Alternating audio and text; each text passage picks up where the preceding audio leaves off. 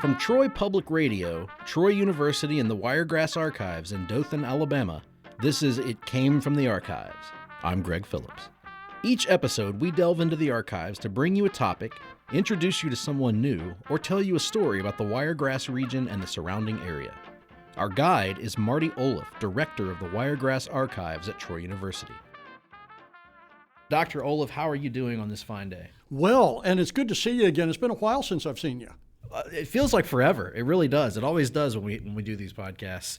We are talking, though, about a community historical play from 1938, the Parade of the Years, which, if you study Dothan history, you'll come across this term a few times, but I never quite understood what this meant or what it was. What can you tell us to start us off about this week's topic? Well, I think we can get to the gist of it, that at the very first National Peanut Festival, held in Dothan on November 10th through 12th, 1938.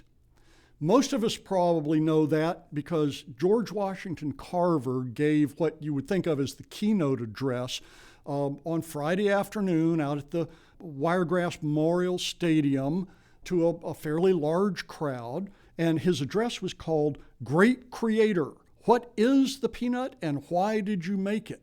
And most of us recall that. We didn't recall that particular speech, but we knew that Dr. Carver was here. But that didn't receive the most publicity. That wasn't the central component of this three-day festival. What received the most publicity was this community historical pageant called Parade of the Years. It had a cast of 400 local people, and it was produced on a stage that was 200 feet long out at the Wiregrass Memorial Stadium. This is incredible. I missed my calling. If I'd been born a century earlier, I could have been a part of this parade through the years. Both my wife and I, after reading this blog post that we're basing this podcast on, and after looking at the script for this Parade of the Years historical pageant, we both said we would pay to see this. We would go out and see this thing. We don't really remember this thing now. We don't do these kinds of things anymore, but these community historical pageants were so common from about 1900 through the 1940s that a number of businesses existed simply to stage them around the United States. And one of the largest, and the one that brought Dothan's Parade of the Years to fruition, was called the John B. Rogers Company of Fostoria, Ohio. And Fostoria, Ohio, which is a really small community, has a relatively large museum devoted to things in Fostoria, but particularly to the John B. Rogers Company. Rogers himself was an attorney who founded the company in 1903 in order to put on amateur shows for small organizations like women's clubs and like fraternities and sororities and stuff like that. Lots of singing, dancing, skits, things like that. But then in 1919, in the immediate aftermath of World War I, and from 1903 to 1919, there was a dramatic uptick in what you would think of as patriotic historicism. This was the era in which the Daughters of the American Revolution, for example, had large campaigns to create museums and to mark what they considered to be historical highways. Highways being kind of loosely termed at the time, but they also got involved in school books, and they had a particular vision, not just the DAR, but organizations similar to them had a particular vision of what American history was. This was an era in which there were a lot of immigrants, and they wanted these immigrants to be Americanized.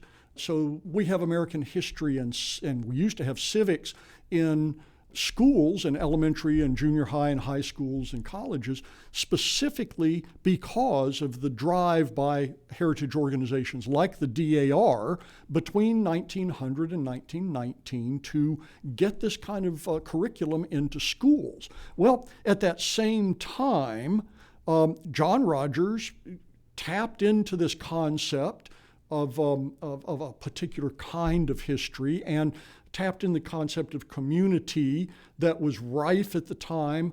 And he began selling communities on putting together these community historical pageants. Business boomed. He sent organizers and showmasters to communities across the nation. And by the time the company finally closed after being sold twice in 1977, officials estimated that they had staged thousands of these things over the years. One estimate I saw was 20,000. And over any particular summer, the Rogers Company by itself could stage as many as 70 of these gigantic pageants. And he called them, and everybody associated with Rogers called them mammoth spectacles. That was even on a lot of his advertisement. It was like the circus coming to town. They'd have advanced people come in, but even more so, they would have to draw in the community to participate in these big shows. So they called them mammoth spectacles. They had a formula, and Dothan's followed this formula.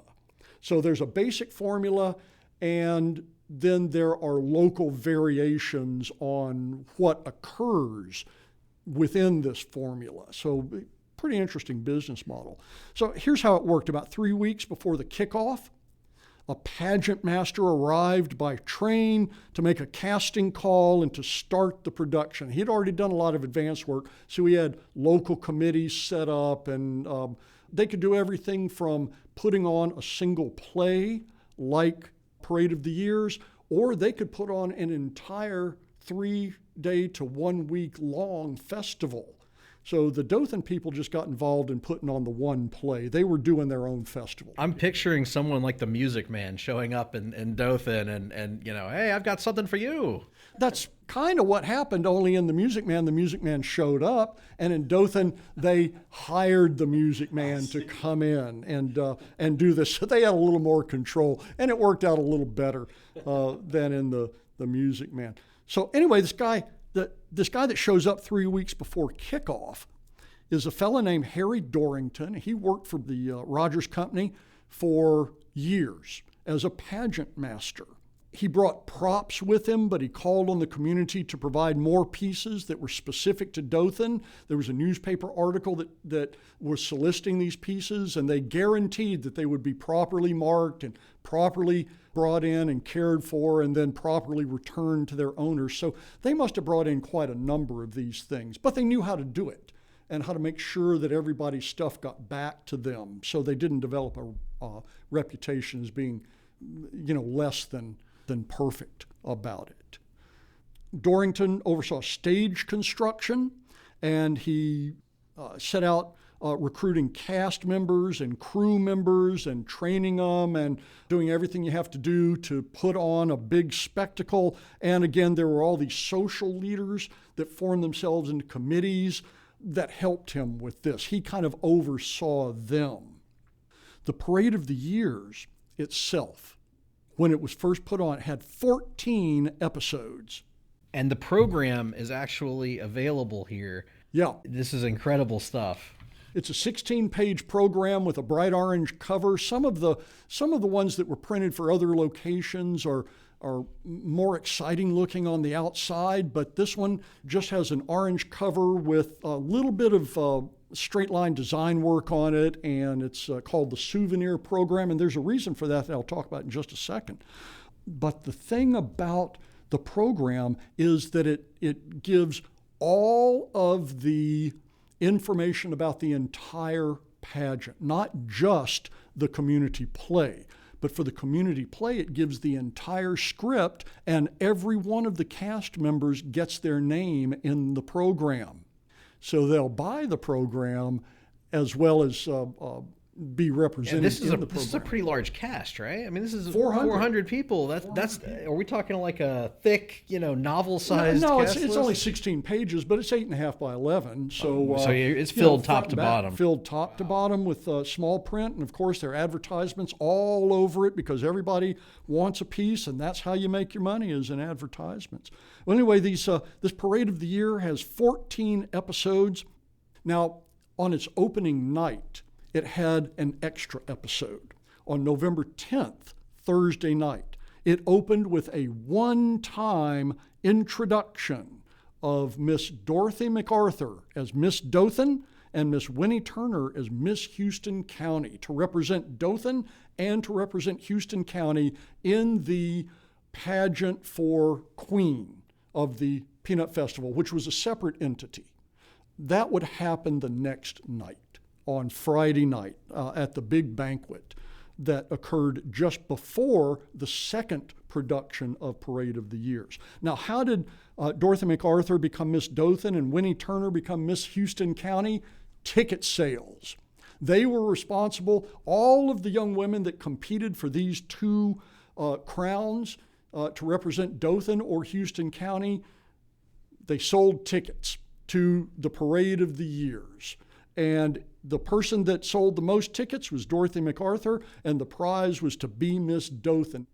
Then on the night of Thursday, November 10th, MC Sonny Harris, who narrated this entire program, accompanied by the 117th Field Artillery Band and a 43-member Peanut Festival Choir, singing America the Beautiful, presented these two winners.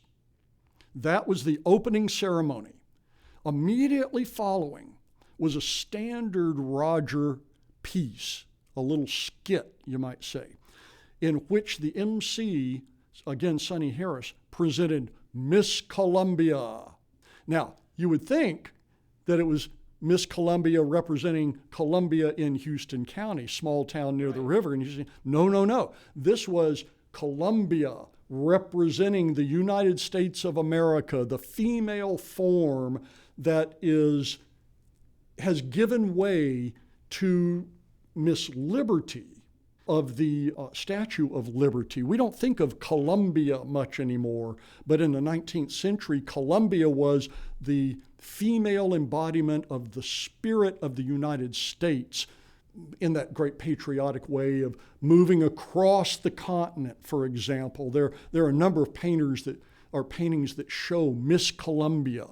Frequently, she also appeared in World War I propaganda posters, like the female representation of the spirit of the United States to sell Liberty bonds, for example. There's a famous poster of the Boy Scouts selling Liberty bonds, and behind the representation of the Boy Scout on the poster is a very large statue-like representation of this woman, Miss Columbia.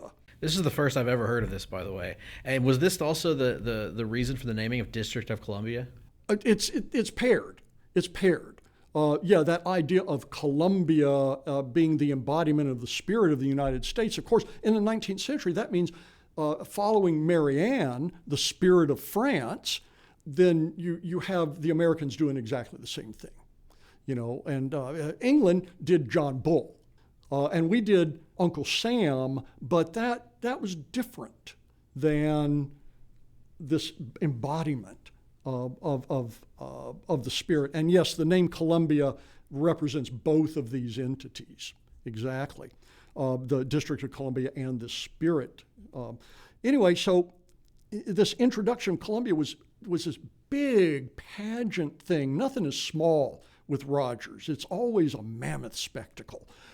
And this included somebody representing Miss Columbia decked out in robes and I suspect carrying a sword, walking across the stage with a parade of young women representing each of the then 48 states. We didn't have 50 states until 1959, 1960. So this was the opening scene at every one of these things after the first night. Then the play itself began. Episode 1, called In the Beginning, celebrated nature. The land. Dothan didn't exist before the land was there. And so Rogers always began these things with this kind of celebration of the land. And in this case, In the Beginning began with the Dance of Sprites, is what they called it in the program. dancers emerged from the shadows and they swayed slowly. Luckily, they didn't have a lot of choreography. They just had to sway slowly back and forth to some music, and then they started dancing faster and faster, representing, as it says in the program, quote, life becoming vibrant, powerful, glorious, unquote. Then what followed? And these things always crack me up. Every scene after this was what's called a tableau vivant. Please explain. Yes. You have seen tableau vivants. You don't know because you don't know they're called that. Every time you go on one of your Christmas time excursions to a community, maybe like Ayrton, which does this as a community, or you go by a church that does this, whenever they have the little creche scenes or the three wise men scenes where there are living people in those scenes, either slowly moving around or just kind of posing, that's a tableau vivant. And so very common in the 19th century. And so it held in these community pageants because it could represent something without requiring a lot of acting training or a lot of messing up your lines or anything like that. So local residents would pose or they'd move around as they were needed. They would be on stage and the lights would come up and there would be a new tableau vivant. And then the narrator, Sonny Harris, would read the script over the top of this, over a loudspeaker, over the top of this tableau vivant. And these scenes all came, each episode came from one story about Dothan's past, these stories that Dothan told itself about its past.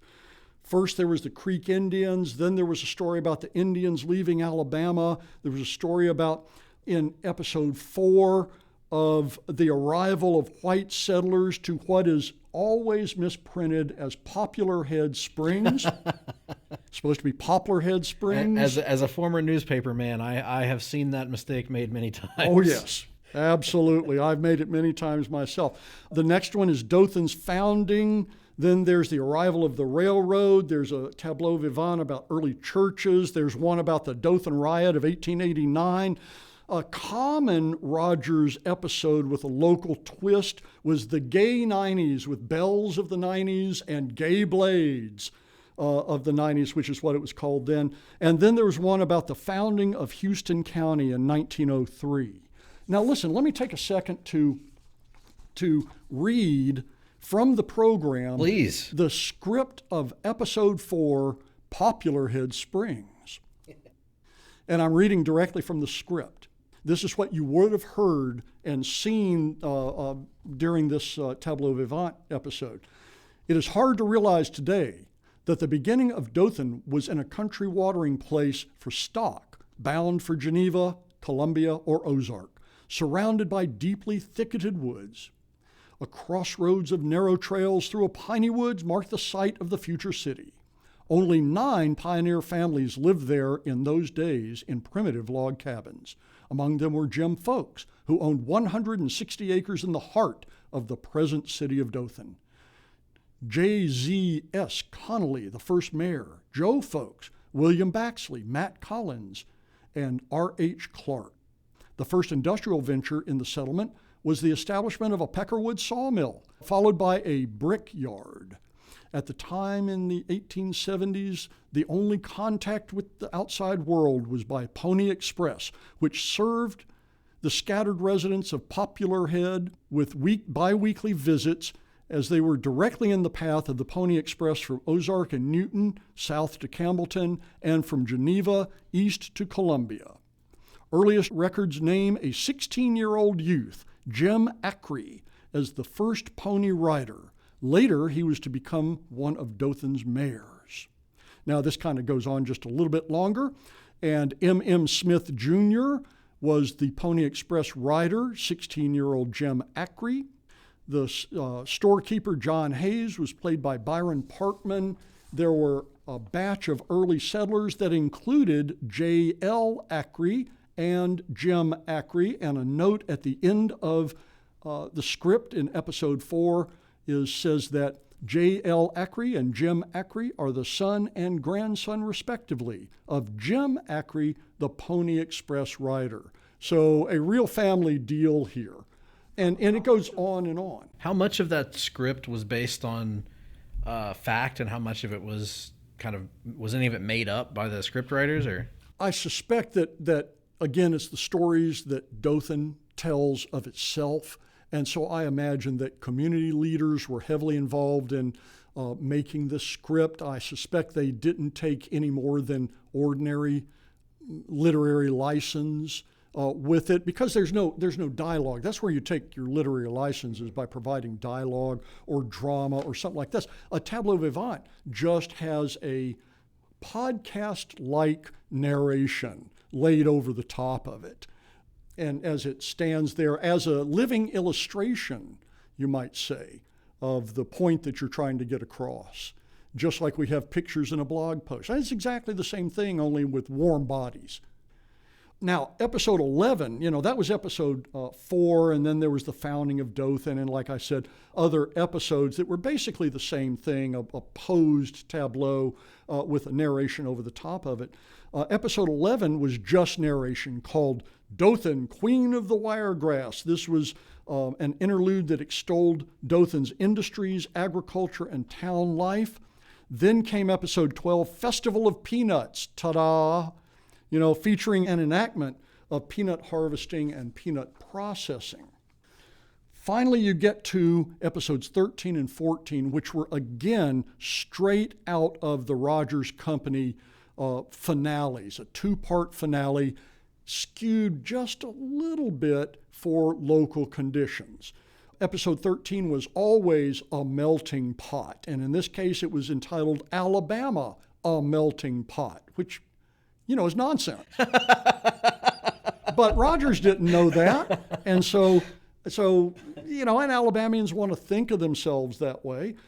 It presented a parade of 60 children representing the United States plus 6 Northern European countries, all of which were allies from World War I, which meant Germany was not represented, followed by 16 more kids. So a total of 76 people in this particular episode dressed as American sailors. 16 of the kids were dressed as American sailors, or as they call them in the script, American jackies. It took me a minute. I had to look that up.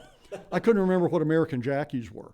So the big finale was, again, straight out of Rogers. Rogers finished every one of their community play projects like this with a wheel of life. Now, what exactly is this anything like Pat Sajak and Vanna White, and they do the Wheel of Fortune thing? Is that... It shares the wheel concept. And wheel and spokes.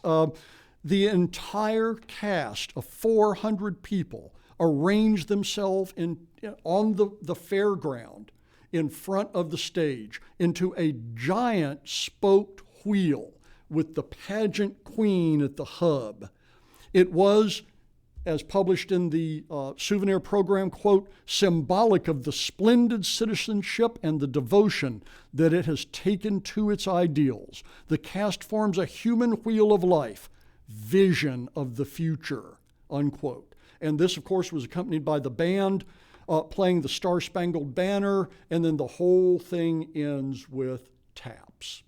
Again, somewhat morbid way to end this celebration. Well, it's if you got to pick a song from a military band that says the end. The end, that's it. Yeah, that's all, folks. Taps will do it. This Parade of the Years pageant went on for 90 minutes, 3 nights in a row, and Alabama Magazine, which is no longer in publication but is a really good source for information like this, noted that 5,000 people attended each play each night. They spent, if they bought their tickets in advance, it cost them $0.25. If they bought their tickets the day of the show at any of the ticket purveyors, or if they bought it at the gate, cost them 50 cents.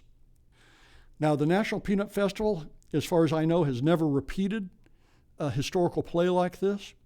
but it shifted to a more consumer and entertainment-based midway carnival after World War II. And that is another story that I think is probably well worth telling. So we've reached the end of this episode, but definitely not the end of the Wiregrass Archives.